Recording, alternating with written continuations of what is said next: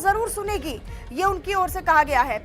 अच्छे माहौल में सर्वदलीय बैठक हुई, हंगामे के बीच चर्चा मुमकिन नहीं हो सकती, ये किरण रिजिजू की तरफ से कहा गया। सदन चलाना हमारी प्राथमिकता, विपक्ष को बताकर ही बिल लगाएंगे, ये किरण रिजिजू की तरफ से कहा गया। सरकार का पक्ष रखते हुए किरण रिजिजू ने ये बयान दिया, सुनवा देते हैं आपको। के बिल लाएंगे। अभी हम 8 बिल और बाकी महत्वपूर्ण जो सवाल होते हैं या वहाँ स्पेशल मेंशन होते हैं, 0 आवर में होते हैं, वो तो होते ही रहते हैं। हर संसद सत्र में हर मेंबर का अपना बात रखने का अधिकार है। लेकिन सरकार के बिजनेस के बारे में हमने जो सूची जारी किया है, उसका अतिरिक्त और भी अगर आएंगे तो मैं बता दूंगा उसके लिए।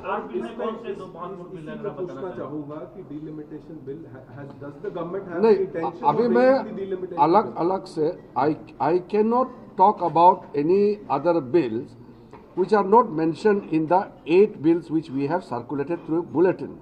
So it is premature to talk about any other business.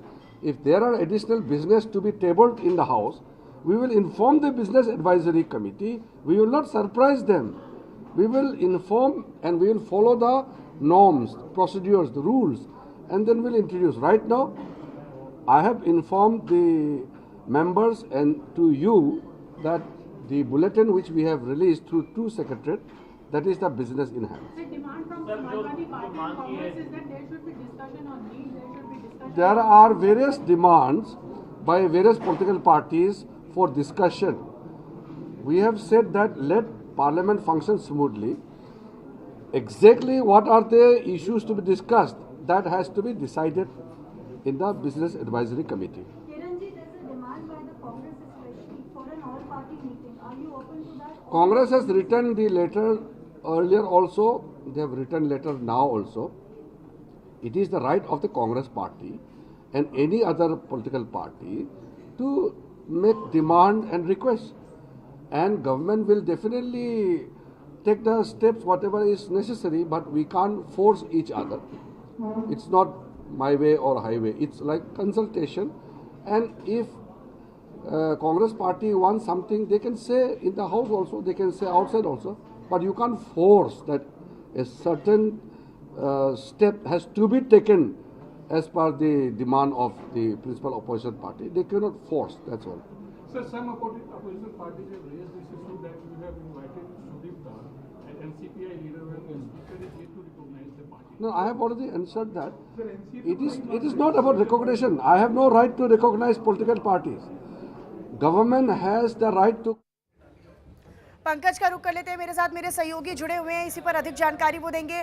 Pankaj, संसद भवन में चल रही सर्वदलीय बैठक खत्म हो चुकी है, क्या रहा इस बैठक में? किरण रिजिजू सामने आते हैं, सरकार की तरफ से पक्ष रखते, कहते हैं सदन चलाना हमारी प्राथमिकता है, लेकिन विपक्ष इसको लेकर मान नहीं रहा, या फिर अच्छे माहौल में सर्वदलीय बैठक हुई इसको नकार रहा है? बिल्कुल, देखिए जिस तरह से जब सर्वदलीय बैठक करीबन 11:30 बजे शुरू होना था, उसी वक्त जो अपोजिशन के लीडर हैं इस बात का विरोध दर्ज करते नजर आए। जब आपने ऑफिशियली जब टीएमसी के 28 सांसद दिखाया है, तो आपने एक नई पार्टी जो है जिसमें मर्जर हुआ है उसको ऑफिशियली लोकसभा सेक्रेटरी ने अप्रूवल नहीं दिया है, तो आपने उनको सर्वदलीय बैठक पे कैसे बुलाया? इसको लेकर विरोध दर्ज कराया, बाइकआउट किया। उसके बाद बातचीत होने के बाद ये बैठक शुरू हुई और बैठक में तमाम मुद्दों को लेकर चर्चा हुई है। खासतौर पर सरकार ने बताया कि किस तरह से हम 8 बिल लेके इंट्रोड्यूस करेंगे, उसको लेके आएंगे और प्राथमिकता है कि इसको शांति माहौल से इसकी चर्चा करें और उसको पास करवाया जाए। लेकिन विपक्ष लगातार इस बात पर अड़ा रहा कि वो चाहता है कि उन तमाम जन सरोकार मुद्दे हों, जो सामाजिक मुद्दे हों, खासतौर पर आस्था से जुड़ा मुद्दा राम मंदिर का, उसको लेकर सदन में चर्चा हो। इसके अलावा नीट, पीजी और धर्मेंद्र प्रधान के इस्तीफे को लेकर जो चर्चा होनी है, उन तमाम मसलों को लेकर सरकार चर्चा करे और इसको लेकर गतिरोध बना रहा है। और करीबन 1.5 घंटे तक चली सर्वदलीय बैठक समाप्त हो चुकी है और माना जा रहा है कल जब संसद का सत्र मानसून सत्र 11 बजे शुरू होगा, तो इसी हंगामे के साथ शुरू होगा कि विपक्ष लगातार मांग करेगा कि राम मंदिर वाला मसला हो या इसके अलावा नीट, पीजी और तमाम अन्य मुद्दों को लेकर सरकार चर्चा करे। तो अब देखना बड़ा महत्वपूर्ण होगा कि जब संसद का कल सत्र होगा तो क्या कुछ मुद्दे संसद के पटल में आते हैं और विपक्ष उसको किस तरह से टैकल करता है, और साथ में विपक्ष के मुद्दों को सरकार किस तरह टैकल करती है, महत्वपूर्ण होगा। लेकिन पंकज, निश्चित तौर पर सरकार को घेरने के लिए विपक्ष को एकजुट होने की जरूरत होगी। सर्वदलीय बैठक हो या मॉनसून सत्र की शुरुआत हो, इसमें अगर विपक्ष एकजुट रहेगा या एक साथ रहेगा या एकजुटता का संदेश देगा, तभी तो उन मुद्दों को प्रभावी तरीके से उठाया जाएगा। लेकिन हमने देखा कि सर्वदलीय बैठक से पहले ही विपक्ष ने वॉकआउट कर लिया और ये कहा कि जो नई गठित पार्टी है उसके सांसदों को आपने कैसे बुला लिया। तो यहाँ पर तो अभी मॉनसून सत्र शुरू नहीं हुआ है, मुद्दे अभी नहीं रखे गए हैं, अभी तक विपक्ष की पूरी तैयारी नहीं है, लेकिन उससे पहले ही विपक्ष में दो फाड़ या जो दो हिस्से हैं वो होते हुए नजर आ रहे हैं। बिल्कुल, देखिए अगर आप देखेंगे जिस तरह से आज जब सर्वदलीय बैठक के लिए तमाम सांसद पहुंचे और उन तमाम सांसदों ने जब देखा कि जब नई जो पार्टी मर्जर पार्टी है जिसको अभी तक ऑफिशियली अनाउंसमेंट नहीं किया गया, उनके डेलीगेशन उनके तरफ से नेता जब वहां पहुंचे तो उसका विरोध उन लोगों ने दर्ज किया और इसी बात को लेकर तमाम पॉलिटिकल पार्टी विपक्ष का, चाहे समाजवादी पार्टी हो, कांग्रेस हो या टीएमसी हो, शिवसेना उबाट हो, उद्धव ठाकरे हो या एनसीपी, तमाम लीडर कल वॉकआउट था थोड़ा देर के लिए, उसका आप दिन भर मीटिंग को बहिष्कार किया, ऐसा मत देखिए। वो सिंबॉलिक है, वो ठीक है, उसका अधिकार है बोलने का। अनरिकॉग्नाइज्ड पार्टी है, अभी तक स्पीकर ने इनको रिकॉग्नाइज नहीं किया। हम पॉलिटिकल पार्टीज का जो संख्या के हिसाब से सब हम बात करते हैं, हम तो किसी को वंचित नहीं कर सकते हैं ना।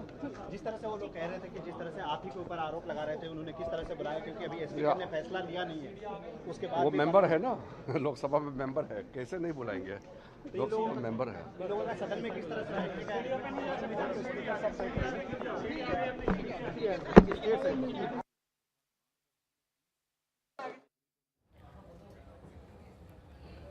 तो पंकज लगातार मेरे साथ मेरे सहयोगी बने हुए हैं। पंकज, अपनी बात आप पूरी कीजिएगा, लेकिन अभी किरण रिजिजू ये कह रहे थे कि भाई विपक्ष का तो अधिकार है, विपक्ष का काम है विरोध करना और ये उनका अधिकार था, इसीलिए एक सिंबॉलिक विरोध रहा।